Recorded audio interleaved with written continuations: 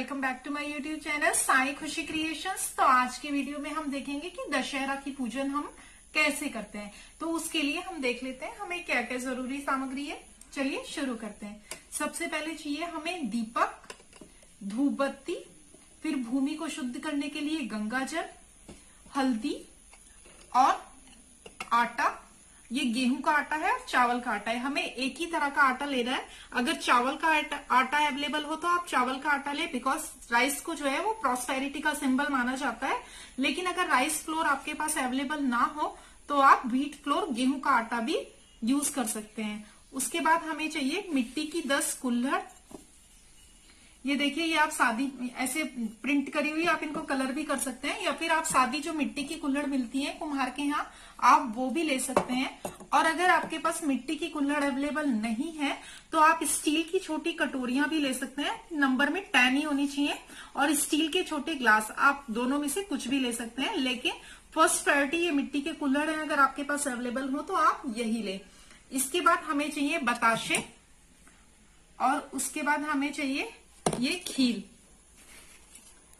अब खील और बताशों का क्या यूज है? इन खील को हमें इन मिट्टी की 10 कुल्हड़ में भरना है और उसके बाद हर कुल्हड़ के ऊपर हमें एक एक बताशा रखना है, बिल्कुल इस तरीके से। ऐसे करके हमें 10 की 10 कुल्हड़ को तैयार करना है पूजा के लिए। तो ये हमारी सामग्री है। आज के दिन हम इस चावल के आटे से और हल्दी से भूमि पर रावण का चित्र बनाते हैं और फिर उसकी पूजा करते हैं।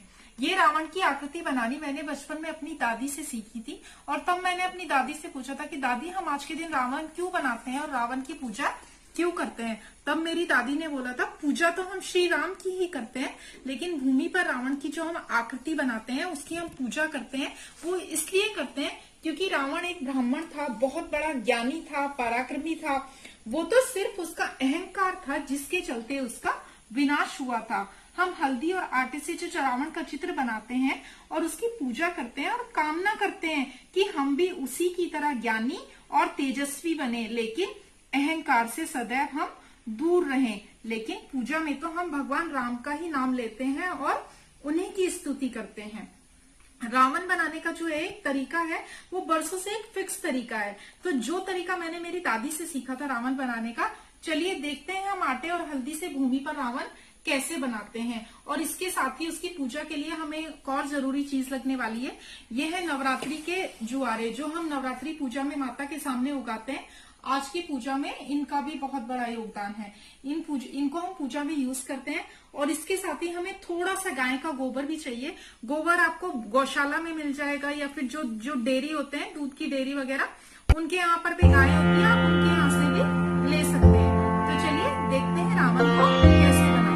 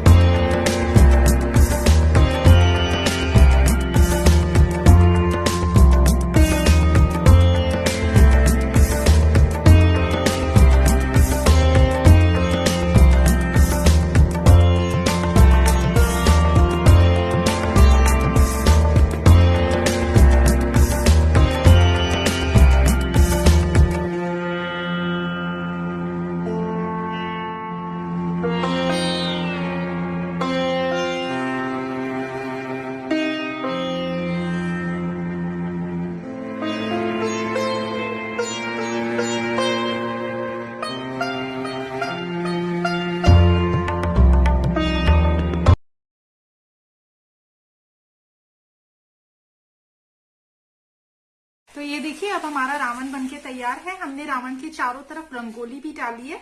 और अब ये देखिए हम ये गोबर के छोटे छोटे 10 उपले बना के रखेंगे।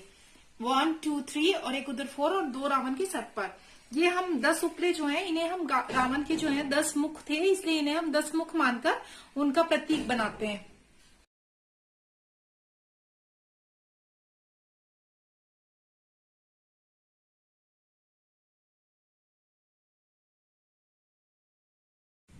तो ये देखिए अब हमारा रावण बनकर तैयार हो गया है। हमने रावण की चारों तरफ रंगोली भी डाल ली है। और अब रावण के इर्द गिर्द जो है हम चादरें बिछाएंगे बैठकर पूजा करने के लिए। तो चलिए देखते हैं पूजा कैसे करते हैं। और ये जो हमने गोबर के उपलों से रावण के जो 10 मुख बनाए हैं, अगर आपके पास गोबर अवेलेबल ना हो तो आप ये पूजा के लिए आटे से भी बना सकते हैं, लेकिन जो ट्रेडिशनल मेथड है उसमें ये गाय के गोबर से ही बनाए जाते हैं। तो चलिए पूजा शुरू करते हैं। ये पूजा भी किसी भी साधारण पूजा की तरह ही है। तो चलिए देखते हैं पूजा कैसे करनी है।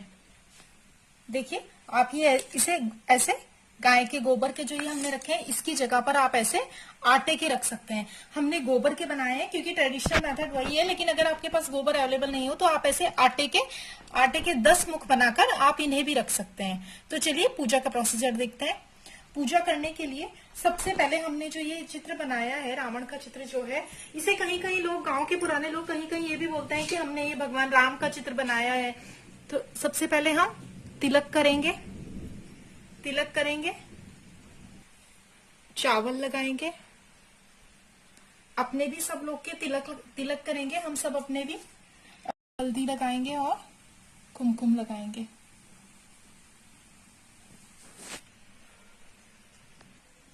कुमकुम लगाएंगे,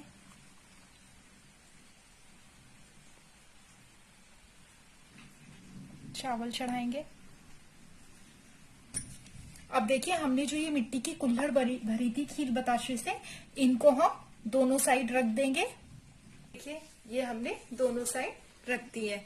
ये खील बताशे की जो हंडियां हैं, ये मटकी हैं छोटी छोटी, ये भरकर आज की पूजा में रखी जाती हैं। और पूजा होने के बाद ये जो कुल्हड़ है जिसमें खील बताशे भरे हैं, ये बच्चों को बांट दी जाती है खाने के लिए। और ये जो रावण का जो बीच वाला हिस्सा है, ये जो बीच वाला हिस्सा है, इसमें हम क्या रखते हैं, इसमें बच्चे अपनी किताबें रखते हैं। और ये देखिए यहाँ पर बीच वाले हिस्से में किताबें, और जो बिजनेस कम्युनिटीज हैं जैसे वो लोग अपनी दुकान की चाबियां, गल्ले की चाबियां और जो भी वेपन्स है, मतलब जैसे जिनका जो भी टूल्स हैं वो रखे जाते हैं। तो किचन में तो चाकू ही यूज होता है, और ये दुकान के गल्ले की जो चाबियां होती हैं, दुकान की चाबियां होती हैं। बच्चे अपनी बुक्स रखते हैं, और जो सब्जेक्ट थोड़ा टफ लगता है उसके लिए रावण से बोलते हैं कि प्लीज रावण जी इसकी नहीं तो आप ही पार लगाना।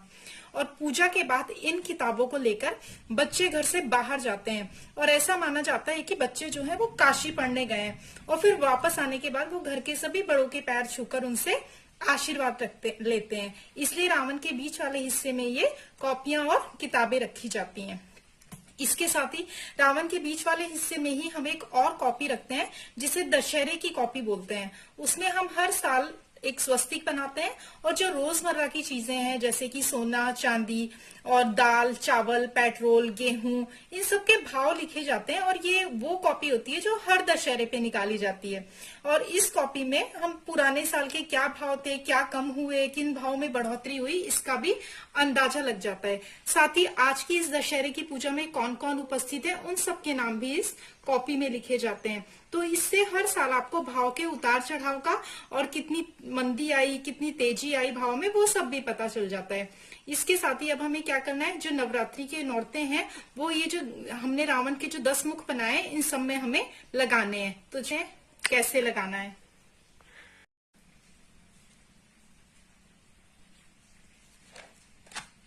ऐसे हमें सब में लगाने हैं। ये वही जुआरे हैं जो नवरात्रि में हमने माता के सामने उगाए थे। ये रावण के हर 10 मुख पे हमें लगाने हैं इस तरह। साथ ही हम थोड़े से ये जो जुआरे हैं, नौरते हैं, इन्हें हम इन कॉपीज बुक्स में भी रखेंगे और भगवान के चरणों में भी समर्पित करेंगे। और इसके साथ ही हमारे घर की जो बहन बेटियां हैं वो ये सारे नौरते जो हैं ये घर के बड़ों के कान पर रखेंगी, और घर के बड़े उन्हें बदले में पैसे या गिफ्ट कुछ भी देंगे। ये दोनों तरफ, कान के दोनों तरफ रखे जाते हैं दशहरे वाले दिन। तो चलिए अब देखते हैं अब हमें इसके बाद क्या करना है। आज के दिन हमारे यहाँ खीर पूड़ी की रसोई बनती है, तो हम खीर पूड़ी का भोग लगाते हैं। लेकिन बहुत सारे घरों में दाल चावल भी बनता है, तो दाल चावल का भोग भी लगाया जाता है। भोग लगाने से पहले हम दीप प्रज्वलित करेंगे। और ये देखिए हमने खीर पूड़ी की रसोई बनाई है। बहुत सारे घरों में मैंने जैसे कि आपको बताया आज के दिन दाल और चावल बनते हैं, कच्ची रसोई बनती है। तो भोग लगाने से पहले हम दीप प्रज्वलित करेंगे और धूप दिखाएंगे।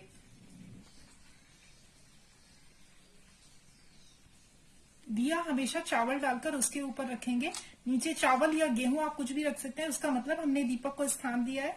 अब हम धूप बत्ती जलाएंगे और सबसे पहले हम गणपति जी की आरती करेंगे, गणपति जी की स्तुति करेंगे, क्योंकि किसी भी पूजा को करने से पहले सबसे पहले भगवान गणपति का नाम स्मरण किया जाता है। तो सबसे पहले हम गणपति जी की आरती करेंगे, उसके बाद हम भगवान राम की स्तुति करेंगे, क्योंकि आज भगवान राम की पूजा का बहुत बड़ा दिन है। आज ही के दिन भगवान राम ने रावण का वध किया था और रावण के ऊपर विजय प्राप्त की थी।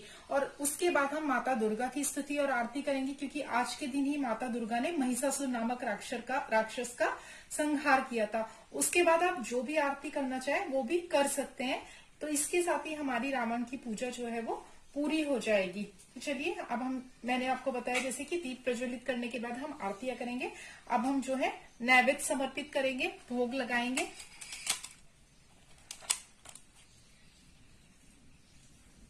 खीर पूड़ी का प्रसाद हम समर्पित करेंगे।